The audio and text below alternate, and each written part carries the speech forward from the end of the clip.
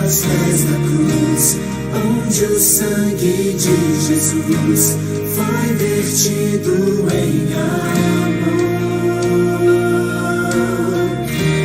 Toda morte, todo mal, seu amor venceu ali, nada vai nos separar.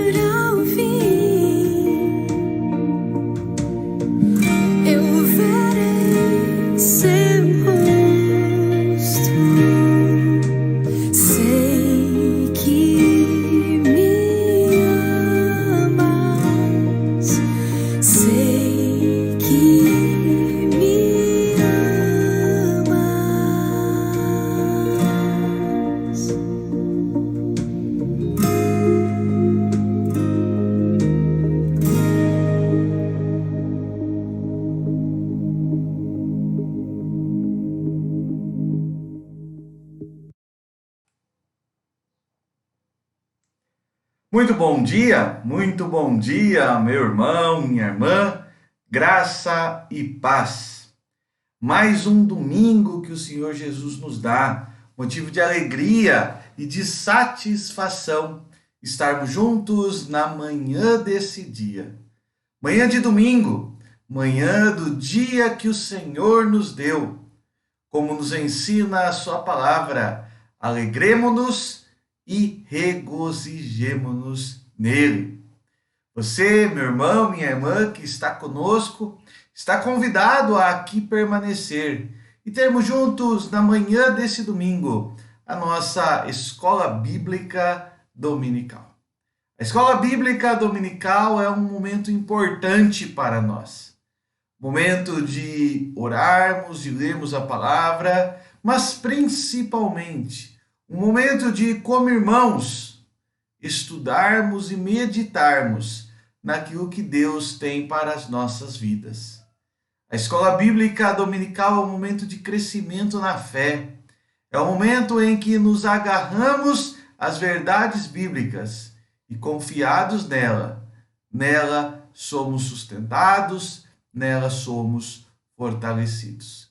Que Deus em Cristo te abençoe e que assim possamos caminhar firmados nessa esperança, firmados nessa fé, firmados neste amor. Vou convidar você nesse momento a curvar a sua cabeça e nós vamos orar ao nosso bom Deus. Vamos fechar os nossos olhos. Vamos conversar com o Senhor. Ó Deus, nosso Senhor e Salvador, nós carecemos, ó Pai, da Tua direção, da Tua instrução, carecemos, ó Pai, da Tua bênção sobre as nossas vidas. Nós nada somos ou podemos por nós mesmos. Nós dependemos de Ti, Senhor. Dependemos do Teu amor, da Tua graça e a Tua misericórdia. Dependemos, ó Pai, que o Senhor mesmo, revele-se, ó Pai, por meio da Tua palavra, inspirando-nos, ó Pai, iluminando-nos para compreendê-la. E assim, ó Pai, ao experimentar a grandeza, a profundidade, a altura e a incomparabilidade do Teu amor, podemos nele, ó Pai, descansar e repousar. Visita-nos, ó Pai, nesta manhã, com graça e misericórdia. Visita o Teu povo, visita os Teus filhos. Assim, ó Pai, nós oramos, nós te agradecemos, rogando a Tua bênção sobre cada irmão e irmã. Fala ao nosso coração, ó Pai, aquilo que nós precisamos. Fala ao nosso coração aquilo que Tu mesmo tens para nós. Fala ao nosso coração, ó Pai, é assim que nós oramos, é assim que nós agradecemos, em nome de Jesus. Amém e amém. Louvado seja nosso Senhor. Nas manhãs de domingo é muito gostoso estarmos nesse tempo na presença do Senhor. Orando, lendo a sua palavra, cantando hinos de louvor ao Senhor. E há um hino que eu separei para louvarmos ao Senhor nesta manhã, que nos convida a contar as muitas bênçãos. E como nós temos sido abençoados por Deus. Quantas bênçãos temos recebido do Senhor? Inúmeras, muitas, incomparáveis. Vamos nesse instante então cantar esse hino. Hino do Inário Novo Cântico de número 63. Hino intitulado As Muitas Bênçãos. Vamos louvar ao Senhor cantando este hino.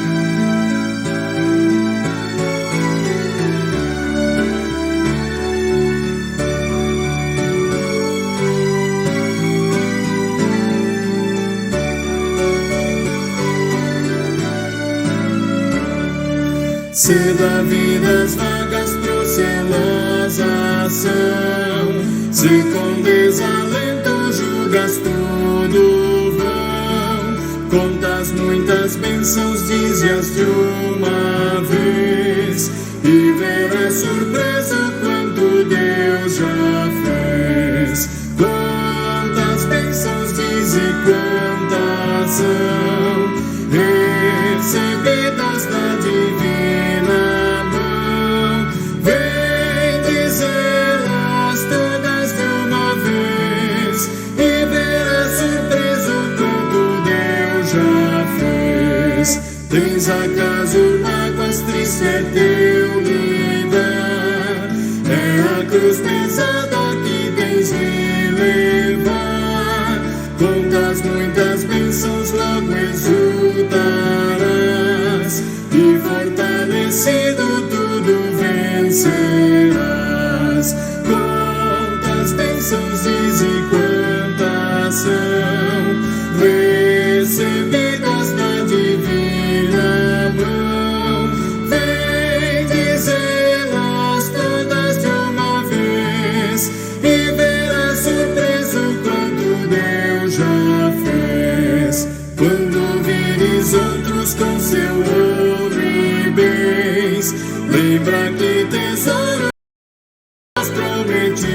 dos três, nunca os bens da terra poderão comprar a mansão celeste que vais habitar.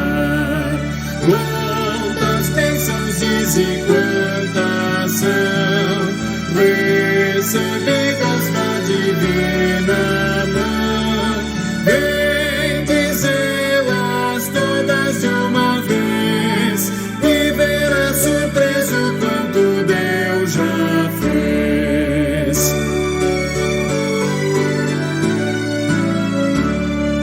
Seja o teu combate longo ou breve aqui, não te desanimes, Deus será por ti. Seu divino auxílio minorando o mal, te dará consolo e galardão final. Quantas bênçãos diz e quantas são recebidas na divina mão, vem dizê-las todas de uma vez e verás surpreso quanto Deus já fez. Quanto Deus já fez? Essa é a pergunta final deste hino.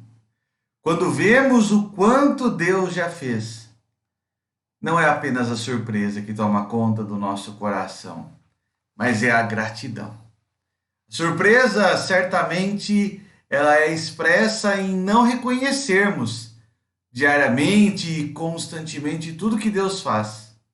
Mas a gratidão deve ser mistério e única a nos guiar mais próximos de Jesus. Louvado seja o nosso Deus e assim o louvamos na manhã deste dia.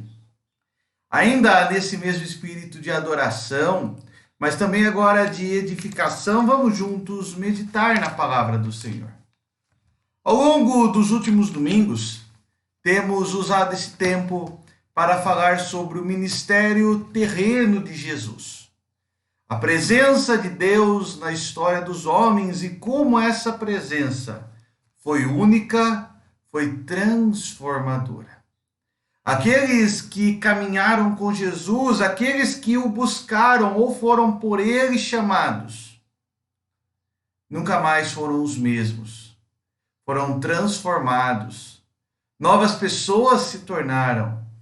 É maravilhoso vermos o que Jesus, ou as transformações que Jesus gerou na vida dessas pessoas. Temos visto acerca do ministério de Jesus alguns milagres, alguns atos extraordinários e como aquelas pessoas foram impactadas por esses atos. Hoje, nós vamos continuar a falar sobre esse mesmo tema e vamos tomar como base a história de um centurião romano, um gentil, e a demonstração de fé diante da incredulidade dos judeus. Abra sua Bíblia no Evangelho de Mateus, Mateus capítulo 8. Evangelho de Mateus capítulo 8, verso 5 a 13.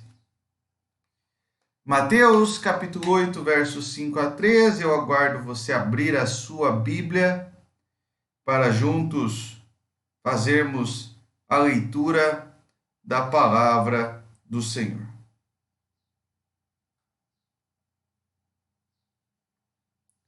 Mateus capítulo 8, verso 5 diz assim: E tendo Jesus entrado em Cafarnaum, apresentou-se-lhe um centurião implorando: Senhor, o meu criado jaz em casa de cama, paralítico, sofrendo horrivelmente. E Jesus lhe disse: Eu irei curá-lo. Mas o centurião respondeu: Senhor, não sou digno de que entres em minha casa, mas apenas manda com uma palavra e o meu rapaz será curado. Pois também eu sou homem, sujeito à autoridade. Tenho soldados às minhas ordens e digo a este vai e ele vai, e a outro vem e ele vem, e ao meu servo faze isto e ele o faz. Ouvindo isto, admirou-se Jesus e disse aos que o seguiam: Em verdade vos afirmo que nem mesmo em Israel achei fé como esta. Digo-vos que muitos virão do Oriente e do Ocidente e tomarão lugares à mesa com Abraão, Isaque e Jacó no reino dos céus. Ao passo que os filhos do reino serão lançados para fora nas trevas, ali haverá choro e ranger de dentes. Então disse Jesus ao centurião: Vai-te e seja feito conforme a tua fé. E naquela mesma hora, o servo foi curado. Quais lições esse texto bíblico nos reserva? Aparentemente, esse texto bíblico fala apenas de uma cura, de um homem que creu e o seu pedido foi alcançado, agraciado pelo Senhor. Mas certamente o texto bíblico desta manhã nos fala mais do que apenas de uma simples cura. O texto bíblico fala mais do que um fato isolado em si. E é sobre isso que eu gostaria que nós observássemos nesta manhã. Em seu ministério, o Senhor Jesus se envolveu com uma multiformidade de tipos de pessoas. Algumas pessoas buscavam Jesus, outros foram por ele chamados. Homens ricos de alta estirpe e pessoas que mendigavam o pão de cada dia. Mulheres que buscaram-no com vergonha e quase escondidas, e homens que o buscaram em claro dia. Crianças que reconheciam ser ele o Salvador, idosos que foram por ele agraciados. Judeus, gregos, romanos, todo tipo de gentios. Foram variados os tipos de pessoas com as quais Jesus, ao longo do seu ministério terreno, teve contato. Mas algo que é uniforme a todas essas pessoas é que todas elas foram transformadas por aquele encontro único e especial que tiveram com Jesus. O que nós podemos aprender com o nosso texto bíblico? O que podemos aprender do encontro de Jesus com um oficial romano? Veja, não é um encontro de Jesus com um sacerdote, não é um encontro de Jesus com um mestre da lei, não é um encontro de Jesus com um judeu, mas com um gentio. Aqueles que eram estranhos à aliança, aqueles que estavam distantes da revelação do Senhor. O que podemos aprender com esse encontro? Primeiramente, voltemos ao nosso texto bíblico. Uma primeira lição que eu gostaria de observar é sobre a fé desse centurião. Primeiramente, quem era este centurião? Um centurião, dentro do sentido do texto bíblico que nós vemos, era um homem que tinha pelo menos 100 soldados às suas ordens. Mas não era qualquer um que poderia se tornar um centurião. Um centurião, ele era alcançado, esse cargo, esse ofício, normalmente dado a homens que haviam feito atos prodigiosos, liderado guerras, barrado revoluções, sido eficazes na manutenção da ordem, conseguido acompanhar as diretrizes e as ordens daqueles que eram o imperador ou o tetrarca de uma determinada região. O centurião era alguém visto com muita autoridade, era o próprio braço, a boca, as mãos do império naquela região. Um centurião era alguém que havia se mostrado eficaz, se mostrado um excelente profissional. No caso do nosso texto, o centurião ele estava alocado em Cafarnaum. Cafarnaum, que estava sob a tetrarquia, que eram as 4 divisões do Império Romano, de Herodes Antipas. Herodes Antipas é conhecido na história como um homem que exigia muito dos seus submissos, um homem que cobrava muito dos seus oficiais. Esse centurião era um homem da mais alta confiança das autoridades romanas. Não era qualquer homem, era um homem de grande confiança dos romanos.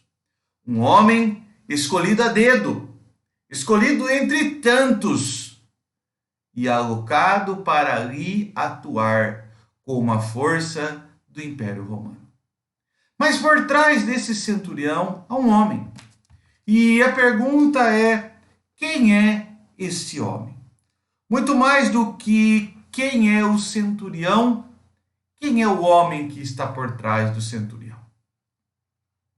O nosso texto bíblico mostra alguns detalhes sobre quem era esse homem. O texto que nós acabamos de ler, do Evangelho de Mateus, capítulo 8, ele encontra o seu texto paralelo no Evangelho de Lucas, capítulo 7. E há um detalhe no texto paralelo, o texto sinótico de Lucas, que eu gostaria de citar. Lucas 7, 4 e 5 diz assim, acompanhe comigo. Estes que chegam-se aqui até Jesus, chegando-se a Jesus com instância, lhe suplicaram, dizendo: Ele é digno de que faças isto, porque é amigo do nosso povo, e ele mesmo nos edificou a sinagoga.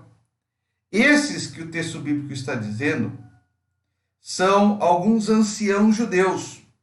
Alguns anciãos judeus que o próprio centurião havia pedido para falarem com Jesus. Esse centurião pediu para que eles falassem com Jesus, pois ele sabia que, sendo gentil, ele não tinha o direito de ter uma audiência, um acesso a Jesus. Mas por conhecer a lei judaica, ele pede que anciãos judeus falem. E esses anciãos judeus vão dizer: ele é digno, ele é amigo do povo, ele edificou a nossa sinagoga. Uma primeira lição que nós vemos é que esse homem por trás do centurião era um bom homem, um bom cidadão entre os judeus. No período de rivalidade dos romanos com os judeus, num período de agressividade dos romanos com os judeus, no período até mesmo de perseguição dos romanos com os judeus, os anciãos judeus dizem: este é um bom homem. Que testemunho esse centurião tinha? Um ímpio, um gentil, mas que na verdade era visto como bom homem. E é interessante que o texto bíblico diz que ele edificou a nossa sinagoga. A palavra edificar aí no texto bíblico não é a ideia apenas de construir, mas é a ideia daquele que está edificando, quer dizer, ele faz parte da nossa sinagoga, ele é visto pelos nossos como um de nós.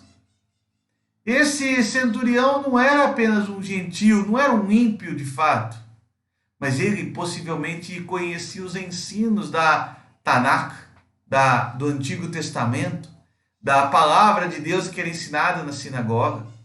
Talvez por estar em Cafarnaum já tenha ouvido alguns dos ensinos de Jesus, já tenha ouvido até as palavras com seus próprios ouvidos, as palavras do mestre. Fato é que esse centurião era um bom homem, um bom cidadão entre os judeus. Mas o texto bíblico que lemos diz também que ele era um homem que amava o próximo, que respeitava a todos. O verso 6 do texto que lemos diz que o centurião chega a Jesus dizendo: Senhor, o meu criado jaz em casa em cama, paralítico, sofrendo horrivelmente. Era um criado, ele era um alto oficial. Por que se importar com ele?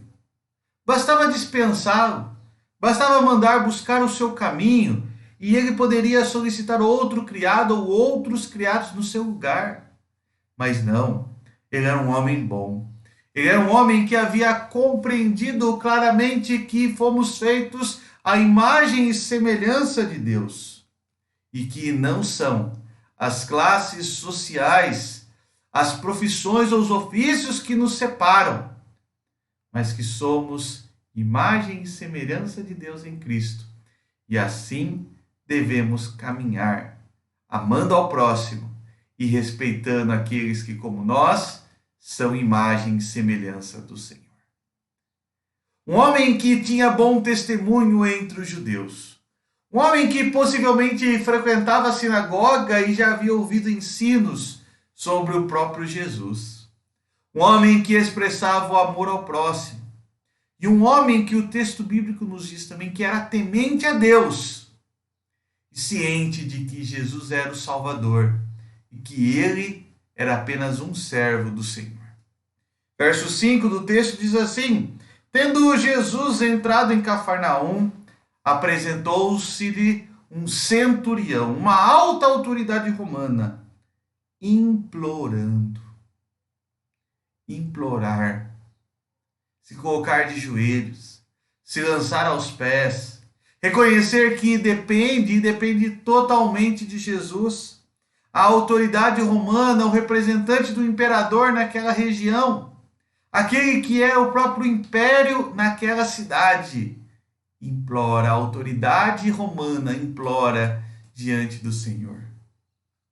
Verso 8 ainda vai dizer assim: mas o centurião respondeu: Senhor, não sou digno de que entres em minha casa, mas apenas manda uma palavra e o meu rapaz será curado. Também sou homem sujeito à autoridade e tenho soldados às minhas ordens, e digo a este vai, e ele vai, a outro vem, e ele vem. E o meu servo faz isso, e ele o faz. Ele sabia que ele tinha autoridade, mas que a autoridade maior era de Jesus. Ele diz: eu não sou digno de que vás em minha casa. Possivelmente por isso ele pediu aos anciãos judeus, no texto paralelo de Lucas temos essa informação, pediu aos anciãos judeus que fossem falar com Jesus. Talvez ele não se sentisse digno nem mesmo de estar na presença de Jesus. Ele sabia quem era o Salvador.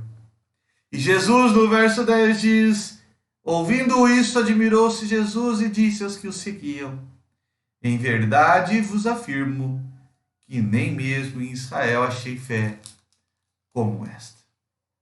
Uma fé impressionante. Uma fé de um gentil. Uma fé de alguém que era estranho à aliança. Estrangeiro. Um romano. Aquele que era visto como aquele que colocava a autoridade romana, que perseguia judeus, aquele que era visto como o que mantinha um sistema de exploração e de corrupção dos romanos diante dos judeus. Mas esse homem não era assim. Isso primeiramente nos mostra, meu irmão, minha irmã, que nós podemos ser luz em todos os lugares.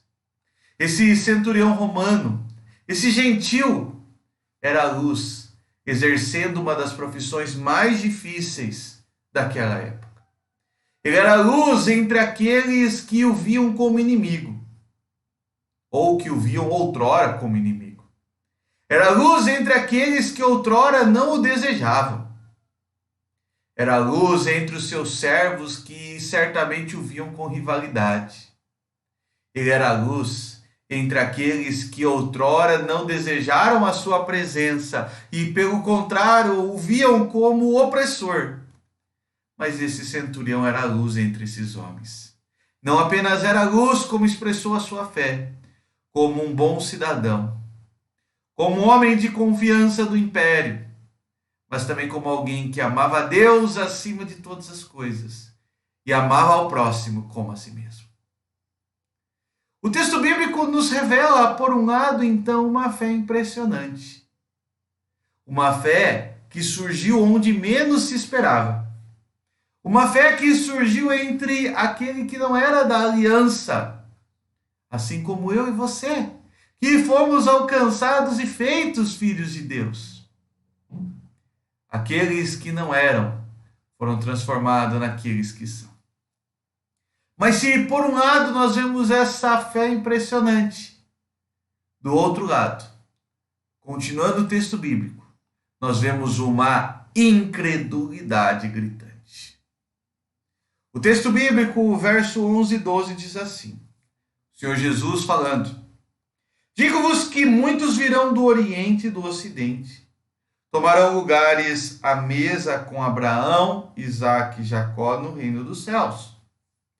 Ao passo que os filhos do reino serão lançados para fora nas trevas, e ali haverá choro e ranger de dentes. É uma advertência.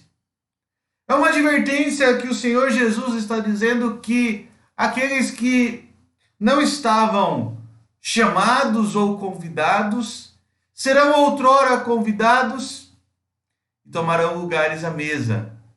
Lugares daqueles que pareciam ser os descendentes de Abraão, Isaque e Jacó, mas que na verdade não eram judeus de coração, apenas de sangue, apenas de uma linhagem.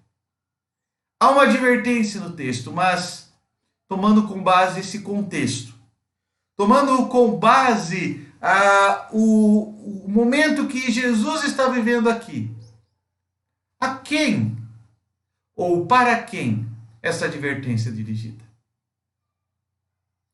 Essa advertência é dirigida àqueles que questionaram a autoridade de Jesus. Aqueles que posteriormente conspiraram para o matar, o entregaram aos guardas romanos, o subornaram aqueles guardas para negar a sua ressurreição. Mateus 21, 23 vai dizer quem são essas pessoas. Tendo Jesus, diz assim o texto bíblico, Mateus 21, 23. Tendo Jesus chegado ao templo, estando já ensinando, acercaram-se dele os principais sacerdotes e os anciãos do povo, perguntando com que autoridade faz essas coisas. E quem te deu essa autoridade? Sacerdotes e anciãos do povo? Talvez os mesmos anciãos que peticionaram a Jesus dizendo sobre aquele centurião: ele é digno. Os mesmos que defenderam aquele centurião são aqueles que questionam Jesus dizendo: com que autoridade tu fazes isso? O texto bíblico nos revela de um lado um homem com uma fé impressionante, mas de outro lado, homens e mulheres que fazem parte do povo ao qual Deus no Antigo Testamento revelou a sua aliança. Homens e mulheres que não creram em Jesus, e não apenas esses anciãos. Lembre-se do relato do julgamento de Jesus, onde uma multidão enraivecida disse: crucifica-o e liberta a Barrabás. Matem-no. Lembrem que na crucificação de Jesus não houve uma multidão que o acompanhou. Apenas uma multidão que ridicularizou, riu dele, o humilhou, cuspiu em sua face. Mas por outro lado, nós vemos um gentil, alguém estranho à aliança, sendo pela aliança alcançado. Como nos ensina o texto bíblico, aos que não eram o povo de Deus, Deus deu-lhes o poder de serem feitos filhos de Deus, aqueles que creram em seu nome. Por um lado, judeus, povo da aliança, que incrédulos se afastam de Jesus. Mas, por outro lado, um gentil que poderia ser visto como inimigo dos judeus, mas que expressa uma fé verdadeira, uma convicção de quem é Jesus e quem ele é diante do Salvador. Para nós concluirmos, há duas lições nesse texto bíblico. Primeiramente, a fé pode ser encontrada onde menos se espera, inclusive em mim, em você. Por isso que nós podemos dizer que ela é um dom de Deus, uma dádiva de Deus. Não sou eu que sou capacitado a crer, é Deus que me deu essa dádiva, essa capacidade de crer. Por isso, portanto, louve ao Senhor pelo fato dele ter te escolhido e te capacitado para crer. Entre os romanos, quem imaginaria que aquele centurião seria alguém que cresce em Jesus? Entre os judeus, quem imaginaria que aqueles anciãos não creriam em Jesus? Louve ao Senhor porque Ele te escolheu para crer. Por outro lado, a incredulidade é uma marca daqueles que desejam viver uma vida de autossuficiência, negando ser Jesus o Senhor. Portanto, nos coloquemos diante dele, reconhecendo que o seu senhorio, a sua soberania, está sobre tudo o que existe, tudo o que acontece. Ele é Senhor, Ele é soberano. Meu irmão, minha irmã, o texto bíblico assim nos ensina. Nos ensina a louvar a Deus porque cremos, porque Ele nos capacitou a crer. E ensina a reconhecermos que Ele é Senhor e soberano de tudo que existe e acontece. Que Deus assim nos abençoe, que Deus te abençoe cada dia mais com fé, cada dia mais reconhecendo que Ele é o Senhor. Oremos nesse instante.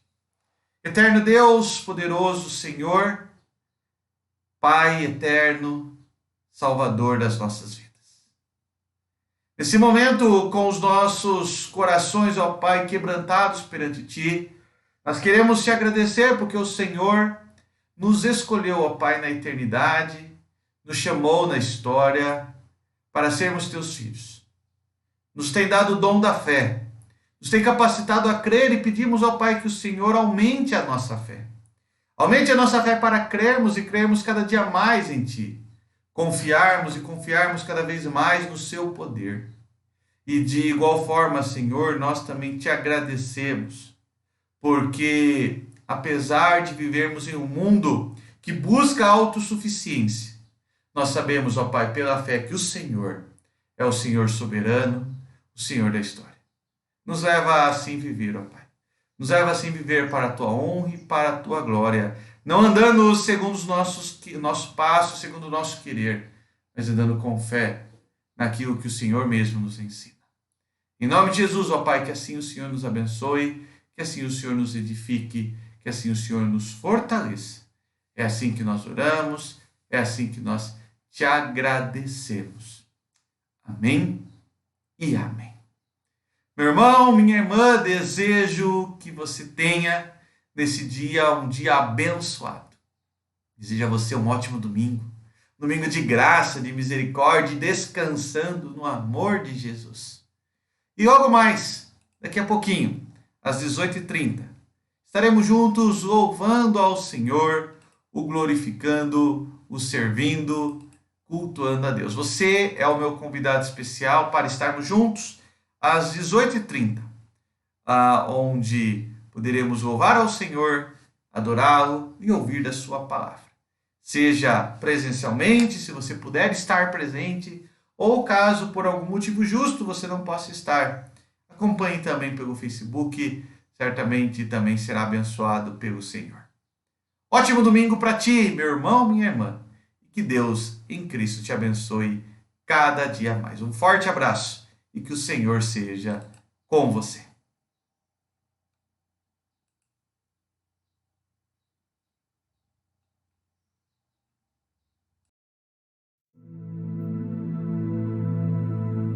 Quem é este que faz o mar se acalmar e a tempestade obedece a sua voz? Quem é este que anda sobre as águas e por onde passa tudo pode transformar? Quem é este que todas as coisas pode ver e o coração do homem pode sondar?